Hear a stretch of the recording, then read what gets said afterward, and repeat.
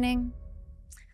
Never in a million years would I expect to be opening a lab at Cold Spring Harbor. I grew up in Northport and then Centerport. My husband is from Hicksville and Oyster Bay, and we met in Huntington. So geographically, I understand the locality aspect.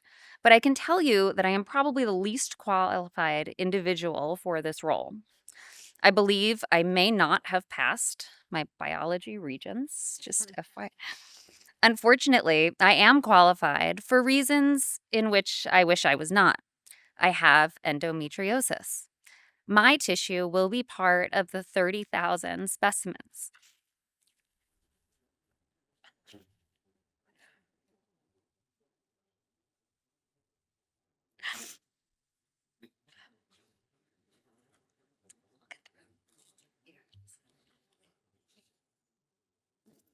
Thank you.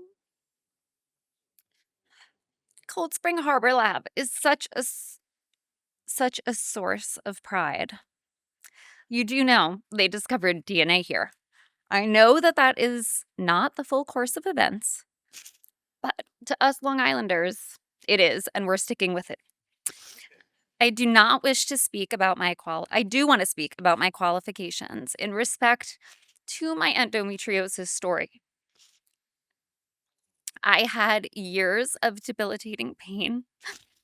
I had a PCOS diagnosis, and many of us too. Surgery to remove fibroids, constant UTI symptoms, many specialists' appointments based on the pain and suffering on different organs. I saw GYNs, gastroenterologists, endocrinologists, radiologists, rheumatologists, urologists at more CAT scans and MRIs than I can count. The pain was cyclical and it escalated. I was begging doctors to help me. Once I received a diagnosis, I had ablation surgery. It was followed by internal bleeding.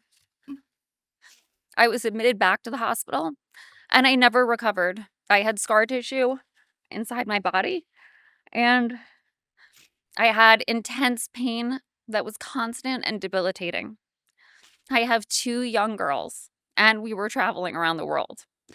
I did not have the time or ability to care for myself.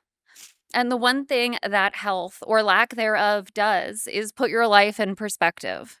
I had to stop everything and start looking for answers. During this time, I was still being dismissed by doctor after doctor, some specialists and some GYNs. My pain was due to the disease still in my abdomen. By luck of Google and some research, I found Dr. Tamer Seckin. He had already operated on comedian Amy Schumer. We had friends in common, so I spoke to Amy and she told me he will change my life. She was correct, but he changed it in more ways than I could have anticipated. Here I am, opening a research center for endometriosis. And it's at Cold Spring Harbor. And in case you don't know, my husband has a park right here in the village. So now when we're on the boat, I can say, that's my building. By the time I finished my surgery for the second time, I had 27 specimens removed. Hopefully, you will be using them here. And a uterine fibroid that required my uterus to be cut open, stitched back in order to remove it. And I had my ovaries suspended by string coming out of my stomach. And if you've never done this, which hopefully none of you have, if they have to do that, you are unable to move for 24 hours. Thank God for the staff at Lenox Hill and my cousin Katie, who moved her chemo appointment to come care for me. And all the drugs that they could knock me out with. My husband was working at the time, so I'm lucky that I have a large support group, but many don't. And the difference today is that that story is in the past. Our stories all sound the same. While we can't change that many of us have this diagnosis, we can change the time and trajectory of these stories. We will no longer sound the same. Dr. Seckin had the forethought to collect these samples before anyone knew when and how they were going to be used. Due to his brilliant mind and empathetic heart, he kept doing what he did, developing new ways to help women find ways to eradicate the disease and the eventual formation of the Endometriosis Foundation of America. So many women show up for him because he showed up for us when no one would. We now have the single largest collection of specimens to begin research here into this space. As Dr. Beam described it, we used to be building the airplane as it was taking off. We have built the airplane through the things like breast cancer research. We now have the fuel to travel at lightning speed.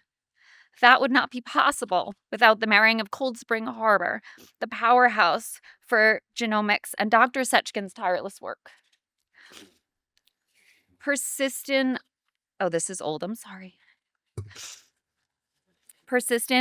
often invisible burden of endometriosis, and the transformative potential of genomic scientists. This is all beginning to change. Starting today, our past can fuel our future. Our pain can be the building blocks in which this center is built.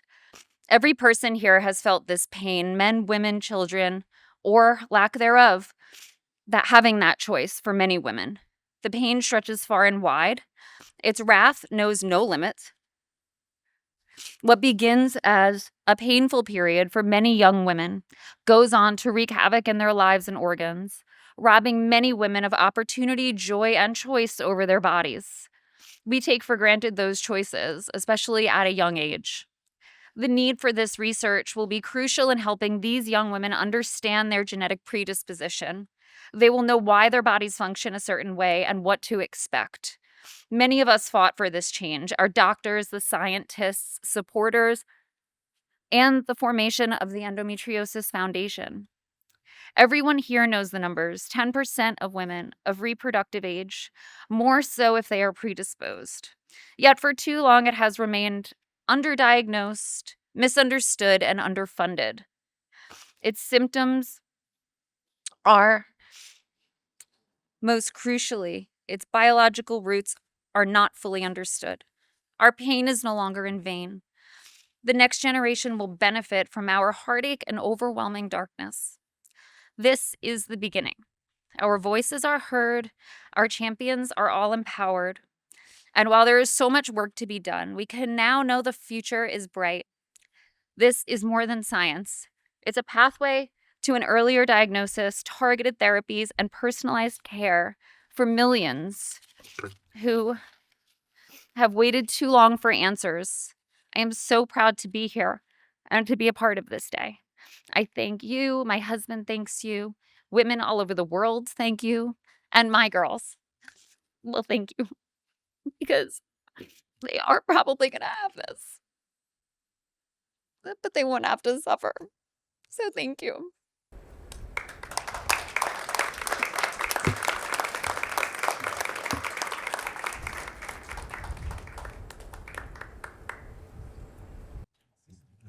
I don't want to fail. I really have to recognize two special individuals. Dr. Amanda Chu, who has been helping me for the last 7 years and has learned all my tricks. And I trust her tremendously. I'm sorry.